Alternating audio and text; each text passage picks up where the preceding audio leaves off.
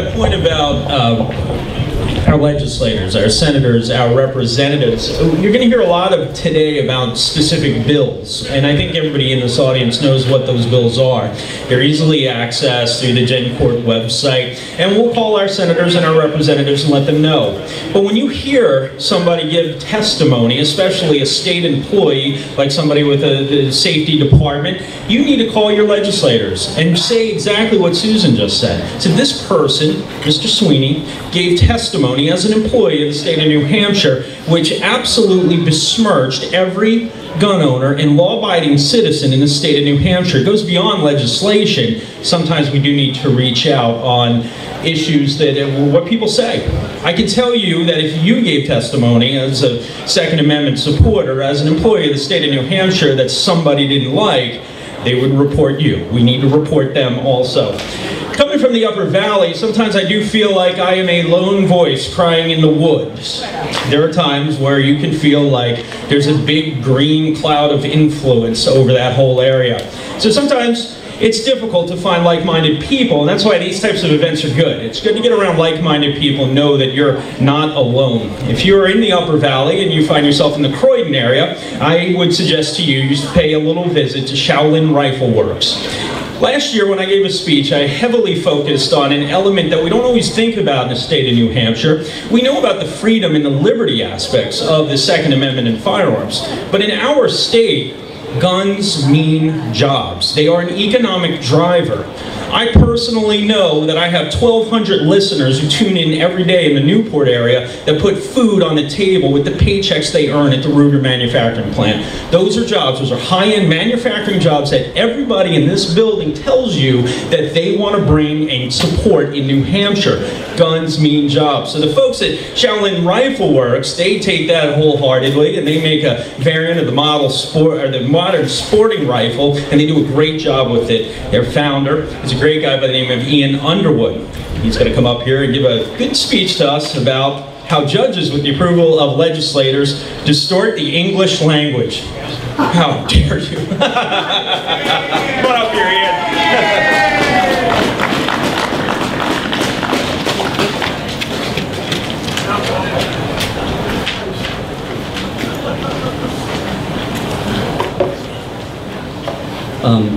I do a lot of weird stuff. I teach math over the internet. I run a rifle company now. One of the things I do is I'm actually a hypnotherapist, and that will become relevant in a moment.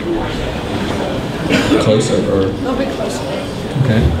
Or louder. Or louder. So, thanks for coming out. Nice to see other crazy people.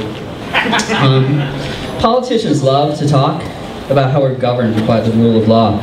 President Obama, for example, can barely get through a speech without mentioning that several times. But whenever I hear it, I always think of The Princess Bride. In that movie, the Wallace Shawn as Vizzini is always saying that something is inconceivable, even when it's happening right in front of him. And eventually, Inigo Montoya says, "You keep using that word. I do not think it means what you think it means." Politicians keep saying that we have rule of law. They keep using that phrase. I do not think it means what they think it means. My goal today is to convince you that we are nowhere near having the rule of law. I'll say why I think this is the case and what we might do about it.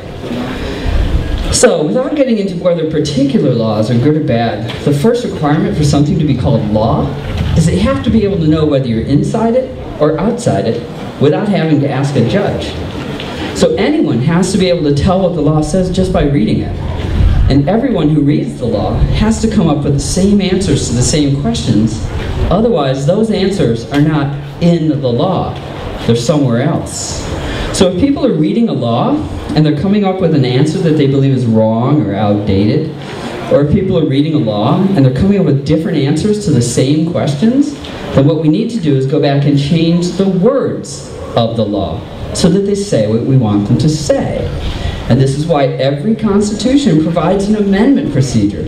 The authors of a constitution can't see the future, so they provide a way to say, look, if it says the wrong thing, change it so it says the right thing. Now those procedures are straightforward, but they're also difficult, and that's intentional, because amending a constitution isn't something you want to undertake lightly. Now, our legislators like to say that they make law, and our judges like to say that they interpret law, but what they've been doing for some time now is very nearly the opposite of that. Together, what they've been doing is unmaking the very possibility of law. That's a pretty dramatic claim. Am I exaggerating? Let's do a thought experiment. Let's imagine that we amend the New Hampshire Constitution to say, Article 103, having already considered the balance between individual rights and any conceivable state interests, compelling or otherwise, and without any ifs, buts, unlesses, or whereases, no magistrate or officer of government may, under any circumstances, rape any person. And for good measure, we could add, and we really mean it to the end. So there's no way to misinterpret that, right? Now let's ask a simple legal question. Would this allow a police officer to rape a convicted felon in a traffic stop? What do you think? Okay. So I think everybody here would come up with the same answer. No. But a lot of our elected representatives would not be able to answer that question without first finding out what the courts have said about it.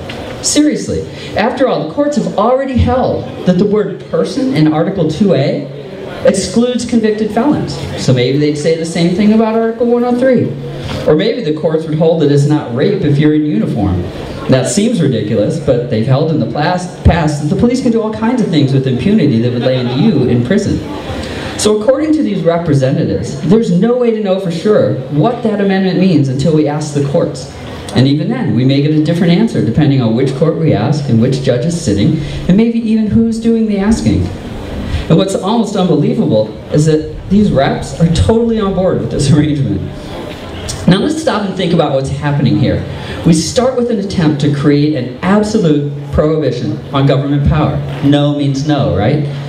And we even had a lot of other words trying to take away any potential wiggle room in interpreting this prohibition. And yet, through the magic of judicial redefinition, we could just as easily end up with a legal framework explaining how the government will be able to exercise the power it's not supposed to have. That is, which magistrates and officers can rape which persons under which circumstances. It seems incredible, and yet this is exactly what has happened with Article 2A. We started with an attempt to place an absolute prohibition on government power. Hey, government, you can't tell me that I can't carry a concealed gun wherever I go. And we ended up with something very nearly the opposite of that. Hey, citizen, you can't carry a concealed gun except when and where we say, and unless we approve you for a license.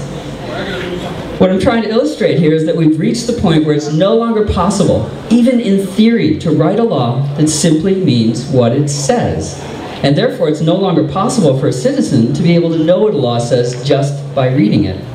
This is not the rule of law. This is the rule of men. This is the rule of judges. Now, you'll hear people defend this by saying that judges have to pull this kind of mishigas because absolute phrasing like no law or all persons or shall not be infringed doesn't allow for a balance between the need to protect individual rights on the one hand and the need to promote various government interests on the other. Right, it doesn't. That's the whole point of phrasing like that. It's not like other protections weren't written with exactly that kind of balance in mind. An obvious example, the Fourth Amendment. The Fourth Amendment strikes a balance between an individual right to privacy and a government interest in prosecuting crimes. It doesn't say you have the right not to be searched. It says you can't be searched without probable cause. The First Amendment doesn't just say that you have the right to assemble, like we're assembling here. It says you have the right to assemble peaceably. The Third Amendment doesn't just say that soldiers can't be quartered in your house. It says this can only happen in time of war as prescribed by law, and so on. Those are examples of what it looks like to strike a balance between individual rights and government interests in the Constitution. The people who wrote those understood the difference between all and all except. They understood the difference between not and not unless. So when someone argues that absolute phrasing couldn't possibly have been intended to create absolute prohibitions, that's not just an assault on your rights, that's an insult to your intelligence. Speaking of which, Susan has some remarkable video of Senator David Pierce in an executive session discussing SB 116, the so-called constitutional carry bill. Here's part of what he said. And there was one gentleman in particular, I didn't get his name, He was standing on the left side of the audience, and he went into Article 2A of the New Hampshire Constitution that says that all persons have the right to keep and bear arms in defense of themselves, their families, their property, and the state. He didn't say it, but what he was going to say, what he was advocating for is a very strict reading of that, and he's saying that all persons means all persons. Duh. Now, for those of you who haven't been to law school, strict reading means assigning meaning to a sentence based on the words it contains.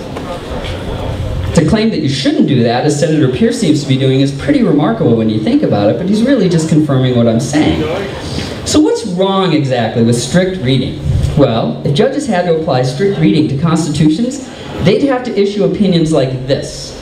Hey, legislature, you should be aware that as it's now written, Article 2A says that anyone, including children and convicted felons, can carry a gun, openly or concealed, wherever they go, without asking for permission. So if it invalidates any statute that attempts to say otherwise, if that's not what you want it to say, you should amend it so it says what you do want it to say. That would be an opinion based on a strict reading. Anybody have a problem with that? What we get instead are opinions like this. Hey, minions, interpreting the phrase all persons in Article 2A as meaning all persons would allow everyone, including children and convicted felons, to carry concealed guns wherever they go. The court thinks that would be a bad thing. So from now on, in the context of Article 2A, as it relates to the bearing of concealed guns, the term all persons shall mean all adult persons who obtain a license from the state. And it goes without saying that we can make it mean something else entirely in other contexts, including other parts of Article 2A if we want. So when Senator Pierce and others are arguing against strict reading, that's what they're arguing for. Now, why would they want to do this? Well, as I mentioned, amending a constitution is a difficult, time-consuming process. You have to come up with just the right wording, and you have to convince a lot of people that the change is necessary, and you have to think about all the statutes that might be affected, and you have to do a lot of paperwork, and it's so much easier to just get a judge to say that all persons doesn't really mean all persons, or that to cherish public schools and seminaries means you have to use taxes to pay for one of those, but you can't use taxes to pay for the other, etc., ad nauseum.